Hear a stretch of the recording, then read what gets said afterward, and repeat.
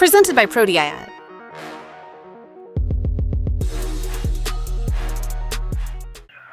Oke, assalamualaikum warahmatullahi wabarakatuh. Kembali lagi bersama kita di podcast Anak YAT. Nah, di siang pagi di siang ini kita akan mengobrol-ngobrol santai bersama teman kita. Namanya siapa teh? Masa nggak tahu? Oh iya, namanya kenalin nih. Kita kenalin dulu ini narasumber kita. Alhamdulillah nih, kita kedatangan narasumber namanya Teh Regina ya. Nah, Teh Regina ini teman kelas kita semester 3 ini teman-teman. Nah, di mana Teh Regina ini kita akan membahas tentang seputar studi kitab Musannaf ya, Musannaf Ibnu Saibah. Nah, di mana nanti kita akan mengupas bagaimana perjalanan Ibnu Saibah dari kecil sampai mengarang kitab atau menyusun kitab Musannaf tersebut ya. Kita akan bagaimana mengungkap dalaman daripada kitab tersebut teman-teman. Oke. Sebelum kita lanjut lagi teman-teman, siap buat teman-teman semua yang lagi nonton-nonton, jangan lupa kalian di subscribe dulu, di share link, dan juga di like-nya teman-teman, agar supaya teman-teman semua bisa dapetin info menarik dari kita, dari podcast-podcast yang menarik tentunya dari anak-anak IAT teman-teman. Oke. Nah sebelum kita lanjut Teh Regina nih, Teh Regina bisa perkenalkan dulu kepada teman-teman tentang kepribadian Teh Regina dan juga perjalanan Teh Regina studi di atau belajar di Universitas Islam Darussalam. Silakan Teh Regina. Oke, bismillahirrahmanirrahim. Terima kasih Kang Fuad yang sudah memberikan waktu kepada saya untuk memperkenalkan diri. Oke teman-teman, perkenalkan nama saya Regina Natasha Nurul Aisyah. Ya. Saya berasal dari Tasikmalaya ya. Cuman kebetulan sekarang saya tinggal di sini di Pondok Pesantren Darussalam. Ya. Kalau riwayat pendidikan dulu saya TK di Tasik. Terus SD di SDN Sukasukur Negeri, kemudian saya MTS, SMP IT Manarul Hikam, terus aliyahnya di MAN 1 Tasikmalaya Kabupaten. Tahu gak Kang Fuad? Iya, tahu. Ya kan, yang di Sukapana itu. Kemudian saya melanjutkan pendidikan ke perguruan tinggi Universitas Islam Darussalam Ciamis. Oke Teh Regina. Nah, ini sebelum lanjut kita kepada pembahasan terkait pembahasan mengenai Musannaf Ibnu Saibah ini, apa yang menjadi latar belakang tersendiri, bagaimana Teh Regina menjadi menarik gitu. Kenapa itu Musannaf Ibnu Saibah ini menjadi menarik dibahas oleh Teh Regina?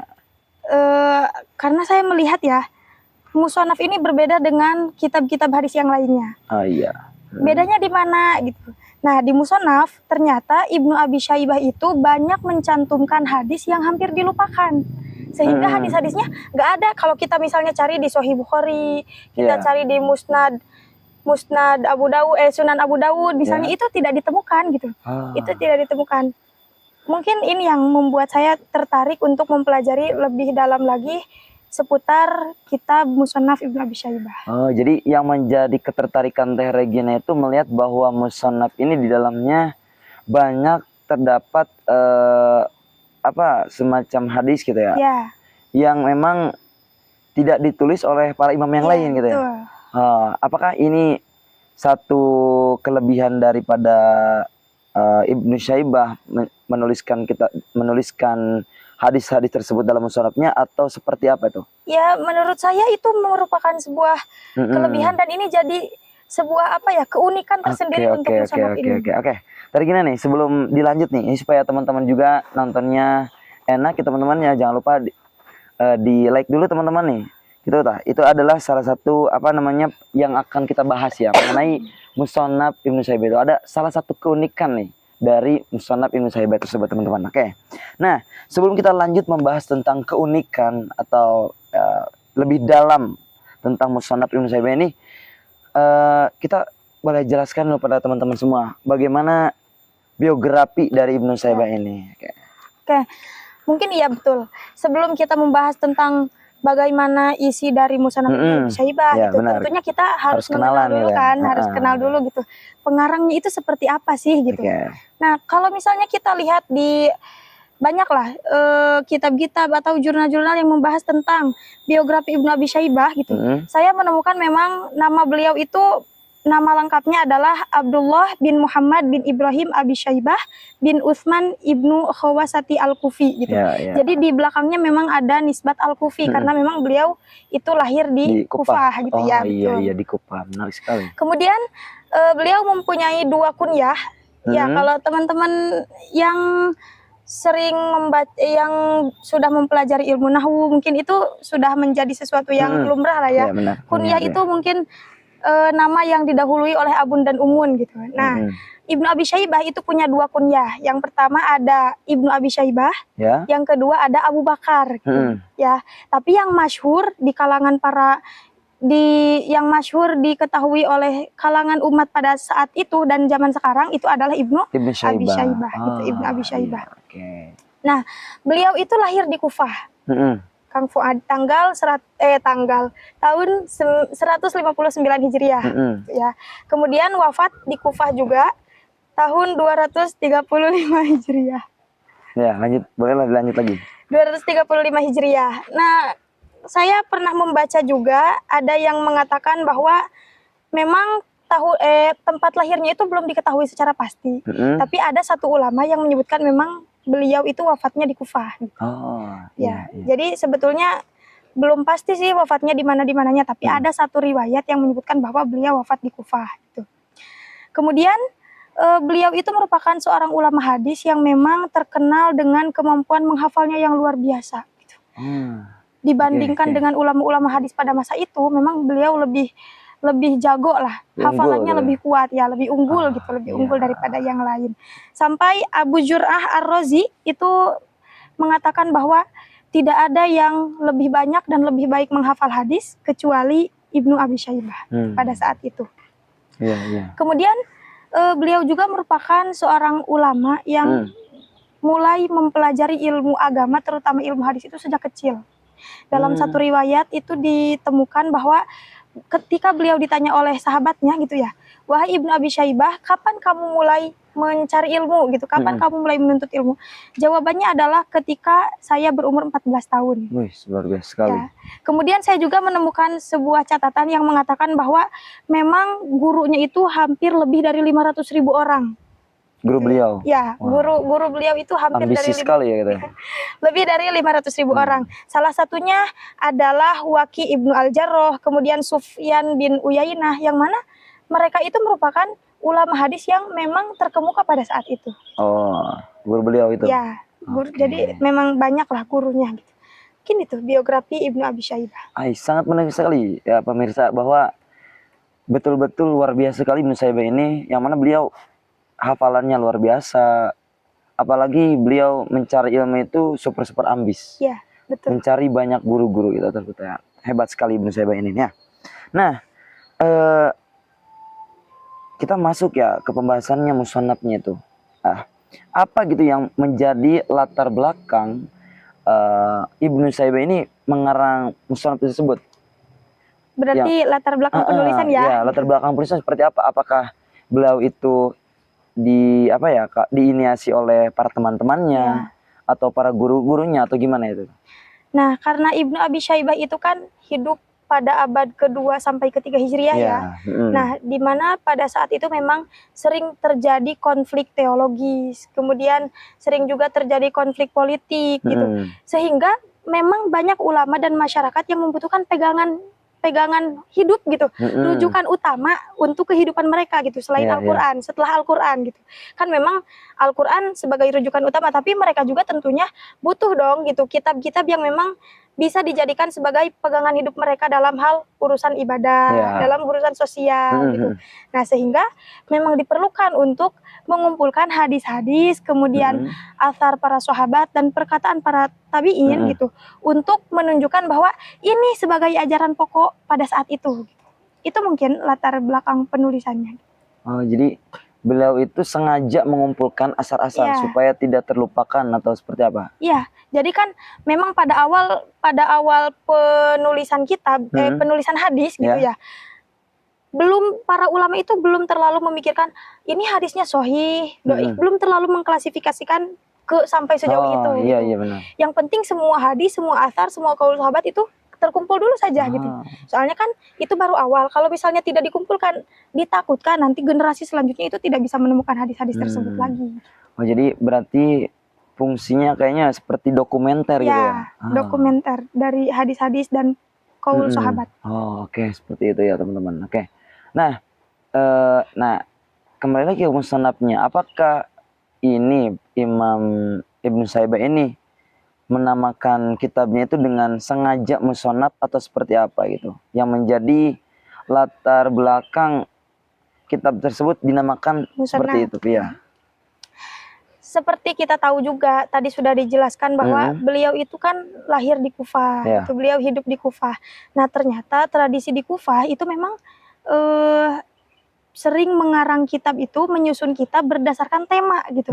Nah musannaf itu kalau kita lihat dari studi hadis gitu ya, musannaf itu kan sebetulnya kitab yang disusun berdasarkan abu-abu fikhiyah gitu, bab-bab fikih kan gitu. Nah di sini juga di kitab Musannaf Ibnu Abi Syaibah itu memang berdasarkan urutan fikih. Misal seperti Kitabut Thaharah, Kitabuz Zakat itu ada semuanya. Nah, kemudian memang yang melatar belakanginya juga ya tradisi lah, tradisi orang-orang Kufah. Jadi memang jauh sebelum Ibnu Abi Syaibah hidup gitu, seperti pada masa Abdullah bin Mas'ud, kemudian Sufyan As-Sauri, memang mereka itu mengarang kitab berdasarkan bab-bab fikih gitu. Jadi tematik gitu. Tematik. Nah, kalau misalnya dalam studi hadis kita ketahui, kalau misalnya ada hadis-hadis yang disusun secara tematik itu disebutnya sebagai musannaf gitu. Oh. Jadi ya sesuai tema, enggak berdasarkan sanad tapi sesuai tema gitu. Oke. Menyangkut kitab tersebut ya, bagaimana karakteristiknya atau condongnya itu kan tadi membahas tentang fikih-fikih ya. Nah, apakah di dalam kitab musannaf ini Teh Regina nih, yang seperti Teh Regina sedang bahas gitu ya dalam studi ini, Ibnu Saibah ini menulis kitab tersebutnya itu hanya membahas tentang hukum fikih saja atau seperti apa? Atau ada karakteristik yang lain gitu yang menjadi ciri khas tersendiri?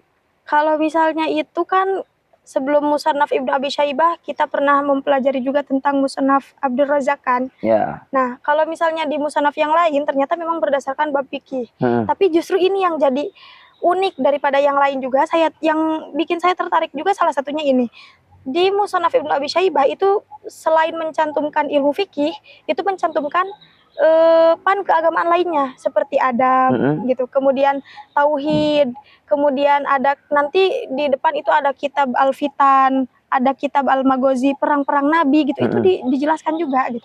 Jadi bukan hanya membahas tentang fikih. Terus kalau misalnya berbicara tentang karakteristik gitu, dari literatur yang saya temukan memang isi dari riwayat-riwayat yang ada di dalam musannaf ini lebih dari 37.000 riwayat.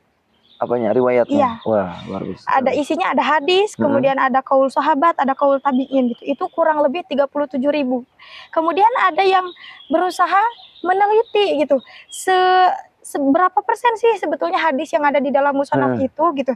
Ternyata setelah diteliti oleh seorang penulis gitu, hanya ada 8,7% hadis. Sedikit sekali berarti. Iya, sedikit. Kalau misalnya kita hitung ya sedikit lah gitu, 8,7%. Sisanya berarti itu hanya qaul sahabat dan qaul tabi'in gitu. Terus kenapa bisa lebih banyak qaul sahabat, bisa lebih banyak athar gitu?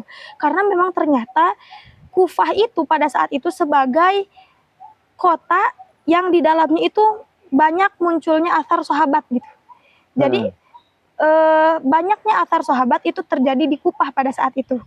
Sehingga ini juga yang menyebabkan ya lebih banyak athar daripada hadis Nabi gitu di dalam musannaf itu. Iya, oke.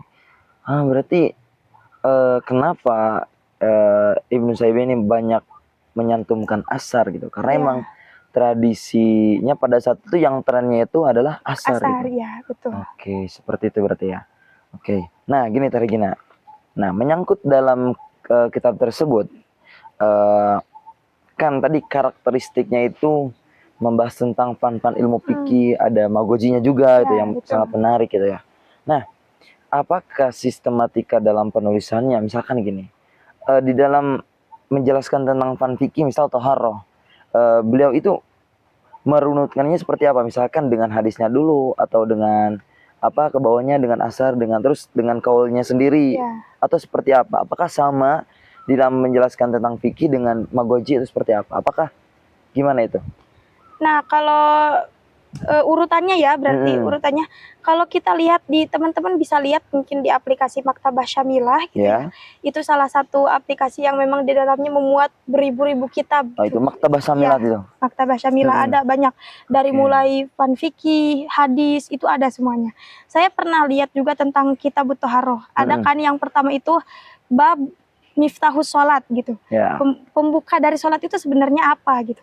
Nah kalau saya identifikasi gitu, memang pada awalnya beliau menyebutkan hadis dari Nabi dulu tuh. Hadis dari Nabi disebutkan, kemudian setelah hadis dari Nabi baru disebutkan kaul-kaul ulama yang ada pada saat itu atau yang sudah wafat pun beliau sebutkan. Seperti kaul Imam Syafi'i, kemudian kaulnya Imam Maliki, Imam Hanafi, Imam Hambali itu disebutkan semuanya. Dan ini juga yang menjadi menarik gitu. Beliau tidak hanya menyebutkan pendapat yang mayoritas gitu. Kan pada saat itu memang Syafi'iyah itu kan sampai saat ini menurut saya ya sebagai mazhab terbesar lah ya. Ya, mayoritas. Ya, mayoritas itu kan yang mengikuti mazhab Syafi'i gitu. Tapi beliau tidak melakukan diskriminasi sama sekali gitu. Jadi netral gitu. Netral di dalamnya ada kaul Imam Syafi'i, ada kaul Imam Hanafi, Hambali dan yang lainnya. Oh, oke. Nah, di dalam kitab tersebut kan ya lebih cenderung kepada asar. Apakah ada ulama gitu yang pada saat itu berbeda pendapat dengan atau tidak setuju dengan kitab tersebut? Apakah ada yang seperti itu? Kalau sampai sejauh ini yang saya temukan sepertinya tidak ada yang betul-betul menentang gitu atau gimana. Tapi nggak tahu juga sih, takutnya saya belum membaca atau gimana ya. Cuman yang saya temukan itu belum menemukan ada ulama yang menentang musonaf ini gitu. Tapi mungkin kalau dari umat non muslim sepertinya ya ada saja gitu. Cuman untuk masa itu gitu, kalau misalnya kita kembali ke masa itu sepertinya kitab musonaf ini benar-benar dijadikan rujukan utama gitu. Iya. Namun seperti ini nih Teh. Kalau kita melihat dari perbandingan karakteristik kitab musonaf ini kita bandingkan dengan kitab lain gitu ya. Nah, menurut saya ada satu pertanyaan tersendiri karena yang menjadi rujukan utama kan hadis bukan sebagai asar itu sendiri ya. Nah, apakah mayoritas pada ulama pada saat itu mengambil musannaf ini sebagai rujukan utama itu, apakah mereka tidak punya lagi rujukan lain sehingga mengambil musannaf Ibnu Saibah ini atau seperti apa? Karena sedangkan kita ketahui bahwa hadis yang sahih itu lebih utama daripada asar itu sendiri atau seperti apa ya? Nah iya kan memang pada awal tradisi penulisan hadis Islam gitu, memang tidak dulu melihat ini sahih, ini doif, ini maudhu gitu, enggak dulu melihat ke sana gitu. Jadi yang dilihat itu historinya dulu, ini sesuai enggak nih kalau misalnya dikaitkan dengan konteks pada saat itu. Atau Ya, apa? gitu. Oh, jadi aplikatif. ya jadi bersifat aplikatif gitu. Oke. Oh iya, berarti sehingga trennya pada saat itu ya mengumpulkan hadis, ditulis ya kontekstualisasikan pada saat itu. Jadi tidak berfokus pada mana yang sahih, mana yang lemah gitu ya. Oke, berarti ke sana ya. Nah, kita kan tadi udah mengupas ya bagaimana dalaman dari kitab musannaf nih. Nah, namun di sisi lain ya, apakah ada emang real bukti kitab musannaf ini sehingga menjadi rujukan utama atau bisa dipakai nggak kalau misalkan kita kontekstualisasikan dengan masa sekarang di kontemporer ini? Ya karena mungkin ya menurut saya gitu, karena kita di masa sekarang itu sudah tahu, maksudnya kan sudah banyak juga gitu kitab-kitab hadis yang memilih ini sahih nih, ini doif, ini maudhu. Kalau misalnya kita membahas tentang fadhailul a'mal gitu ya, keutamaan-keutamaan dalam beramal gitu. Misal seperti ada kan biasanya kan ciri-ciri hadis yang doif itu salah satunya Heeh.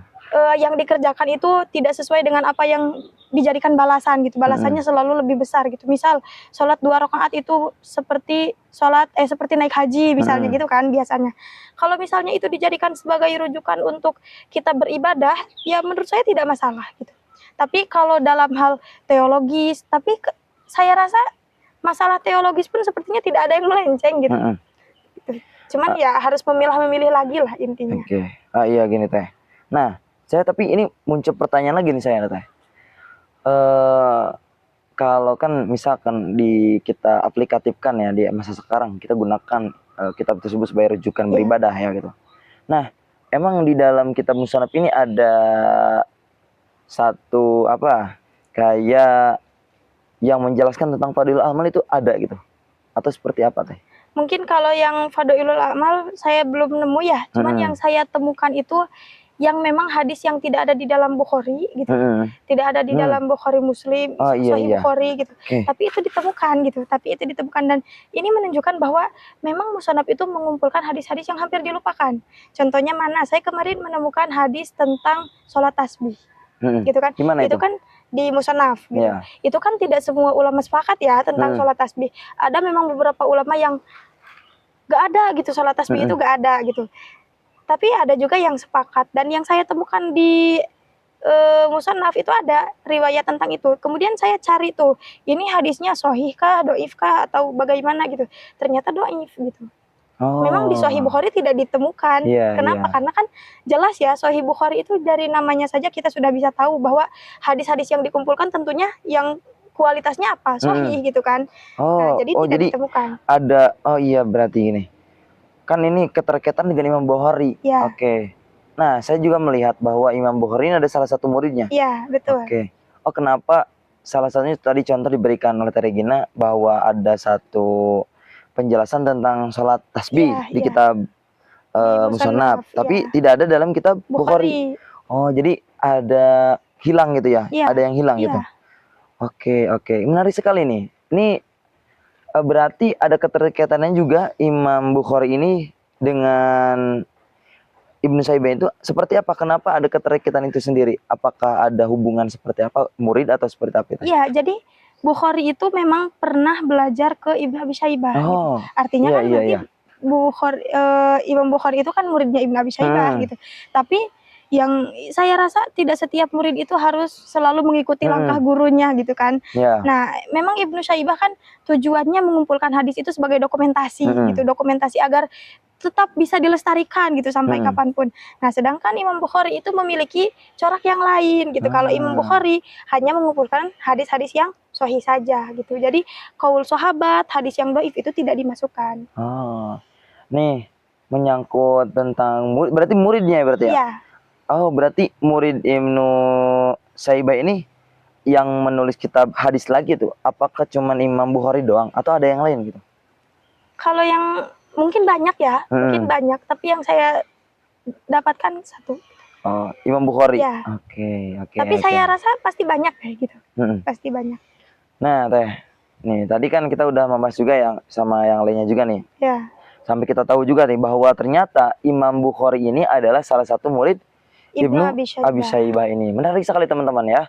Ini bagaimana keterkaitan antara seorang guru dengan murid, bahwa ternyata ada satu perbedaan tersendiri dalam menulis kitab. Ternyata Imam Bukhari juga tidak menampilkan pendapat-pendapat atau qaul yang dituliskan oleh Ibnu Saibah tersendiri. Menarik sekali nih teman-teman nih. Bisa kita bahas lagi kalau misalkan kita lebih pengen lebih bahas selanjutnya, teman-teman silakan boleh komen-komen aja. Bagaimana nanti kedepannya kita bisa membahas tentang alasan kenapa seorang Imam Bukhari tidak menuliskan pendapat dari gurunya Ibnu Saibah. Ini menarik sekali teman-teman kalau kita bahas secara lebih dalam nih teman-teman. Nah, mengenai ini Teh nih, kan isi kita udah bahas lah sedikit demi sedikit, kita pelan-pelan gitu ya. Nah, mengenai tentang kitab asli dari Ibnu Saibah itu ada atau tidak sih Teh? Saya pengen tahu tuh. Manuskripnya berarti Iya, ya. manuskripnya. Saya sempat mencari gitu karena saya juga penasaran. Ini ada nggak sih gitu catatan aslinya gitu ya. Iya. Catatan aslinya yang bisa bikin kita yakin kalau ini tuh bener loh tulisan Iya. Ibnu Abi Syaibah gitu. Saya sudah cari ke beberapa sumber, ternyata tidak ditemukan gitu. Tidak ditemukan. Tapi mungkin ini bisa jadi penelitian selanjutnya untuk teman-teman yang berminat gitu. Silakan mungkin yang berminat di daerah-daerah ya manuskrip gitu, mengumpulkan manuskrip, mungkin ini bisa jadi sebuah apa ya, sebuah penelitian lanjutan gitu. Cuman yang selama ini saya cari itu belum saya dapatkan gitu. Nah, terus yang kita percaya bahwa kitab Musannaf Ibnu Syaibah yang di sekarang itu apa teh? Kalau boleh tahu tuh. Apakah apa namanya, kalau dalam tradisi keislamannya itu disebut dengan apa? Bukan. Tahqiq. Iya, tahqiq itu. Gimana ya, tuh? jadi memang yang beredar sekarang itu sudah hasil tahqiq gitu. Jadi kan kitab itu kan dari biasanya gitu dalam Islam tradisi tulis menulis kitab itu kan dari guru nanti ditulis oleh para muridnya gitu. Ditahqiq, nanti ada edisi baru ditahqiq lagi. Nah, biasanya tahqiqan selanjutnya itu selalu mencantumkan teks yang sebelumnya gitu, teks yang sebelumnya, sehingga sanad keilmuannya terlihat gitu, sanad mungkin dari sana kita bisa tahu ini benar nih gitu, ini benar catatan Ibnu Abi Syaibah karena kita lihat sanad keilmuannya gitu sampai beliau gitu. Oh, berarti yang beredar sekarang itu ada hasil berarti? Tahqiqan ada. Teman-teman bisa cari di Google Arsip gitu, itu ada. Saya kemarin juga nemu yang edisi 6 jilid gitu, ada. Itu bisa dibaca, cuman hotnya saya juga gak tahu itu hot apa. Kalau boleh tahu nih teh, pentahqiq pertama kitab Ibnu Syaibah ini siapa ya kalau boleh tahu nih? Apakah teteh sudah menemukan nih orang pertama yang mentahqiq kitab asli dari Ibnu Syaibah ini siapa gitu? Belum, Kang. Belum. Saya belum mencari sampai sejauh itu. Wah, berarti ini kalau kita lebih bahas lebih jauh ini menarik nih, lebih menarik nih. Iya, betul. Tentang manuskrip asli dari Ibnu Syaibah ini. Kayak gitu teh nih. Jadi kita bisa simpulkan ya teh. Saya sedikit menyimpulkan, nanti teteh bisa menambahkan sedikit demi sedikit lah nih. Yang saya temukan berarti Musannaf Ibnu Syaibah ini adalah salah satu kitab dokumenter berarti ya, dokumenter bagaimana mengumpulkan hadis-hadis, asar-asar yang berkembang di lingkungan Kuffah. Pada saat itu. Beliau mengumpulkan, menuliskan dalam satu kitab supaya apa? Supaya tidak hilang tradisi hadis atau asar tersebut. Nah, terus selanjutnya saya bisa simpulkan juga bahwa ternyata Ibnu Syaibah ini bukan tujuannya itu bukan hanya sebatas dokumenter, tapi melestarikan ya, melestarikan tradisi kehadisan gitu atau tradisi keislaman ya. Nah, gini teh. Nah, dalam perspektif saya, dalam saya menyimpulkan dari apa yang kita bahas gitu ya, saya menyimpulkan juga nih teh. Teteh boleh setuju atau tidak nih? Kalau bisa dibilang ya teh, ini menurut saya sangat menarik juga gitu. Alasan gitu dari para penulis kitab hadis kebanyakan gitu teh menampilkan itu atau membandingkan kitab itu hadisnya itu dengan yang doib, yang sahih, mengklasifikasikan ya. Nah, di masa tersebut juga saya sedikit tadi baca ya, apakah ada ulama yang lain seperti di masa tersebut ya. Ulama kan sebelum Imam Ibnu Syaibah kan 159 ya lahirnya. Sebelumnya kan ada Imam Syafi'i yang emang sih tidak terkenal dalam hadis tapi sangat memberikan kontribusi juga tuh. Apakah di masa tersebut juga teh nih, ini sebelum saya akhiri pembahasan ini, apakah ada ulama yang lain gitu yang sama mendokumentasikan asar tersebut atau hadis tersebut pada masa tersebut? Ada nggak sih? Ya, mungkin ada. Sejauh yang teteh tahu itu ada nggak? Saya belum menemukan ke sana. Oke, berarti ini sangat menarik sekali teman-teman nih. Buat teman-teman juga nanti misalkan ini misalkan menjadi satu pembahasan atau satu jurnal juga, ini sangat menarik sekali teman-teman. Nah, sebelum kita tutup nih, kita berikan closing statement dari Teh Regina kesimpulan dari apa yang kita bahas ini Teh. Silakan Teh. Ya, jadi tadi sudah dibahas panjang lah ya. Intinya di Musannaf Ibnu Abi Syaibah ini tentunya banyak sekali riwayat-riwayat yang bukan hanya dilihat dari kesohihannya gitu, tapi lebih daripada itu Ibnu Abi Syaibah melihat bagaimana riwayat-riwayat ini bisa dikontekstualisasikan dengan kehidupan pada masa itu gitu. Cuman ya mungkin teman-teman juga sudah mendengar bahwa memang masih banyak sekali hal-hal yang masih perlu kita gali gitu. Dan menurut saya ini bisa menjadi penelitian lanjutan gitu. Jadi mungkin untuk teman-teman yang ingin melanjutkan, saya sangat mendukung gitu karena ini saya rasa sangat perlu dilanjutkan. Topiknya cukup menarik gitu. Gitu mungkin. Oke. Satu terakhir Teh. Harapan atau apa yang akan terperjuangkan gitu. Yang inginkan dari studi penelitian hadis ini Teh. Apakah Teh akan melanjutkan studi penelitian tentang Ibnu Syaibah yang terkait tadi belum sempat kita bahas lebih lanjut gitu atau seperti apa Teh? Ada Mungkin, ketertarikan tersendiri lagi nggak? Mungkin saya ada rencana ya untuk melanjutkan penelitian ini, tapi lebih ke meneliti bagaimana sih hadis-hadis yang hampir dilupakan itu gitu. Apa saja hadis-hadis yang hampir dilupakan itu sehingga ya kita bisa lebih melihat bahwa benar-benar unik gitu. Kitab ini benar-benar berbeda dengan yang lain. Jadi lebih pada fokus pada hadis-hadis yang dilupakan gitu. Mungkin itu. Oke. Gitu teman-teman tuh. Ditunggu nanti ya teman-teman. Ini bisa menjadi part kedua teman-teman. Part kedua dari pembahasan sekarang ya teman-teman. Bagaimana nanti kita akan membahas lebih lanjut ya. Kalau teman-teman setuju boleh teman-teman di komen-komen, silakan di kolom komentar. Kalau setuju dengan part 2-nya akan membahas tentang keunikan dari hadis-hadis yang terlupakan ya, gitu teman-teman. Oke.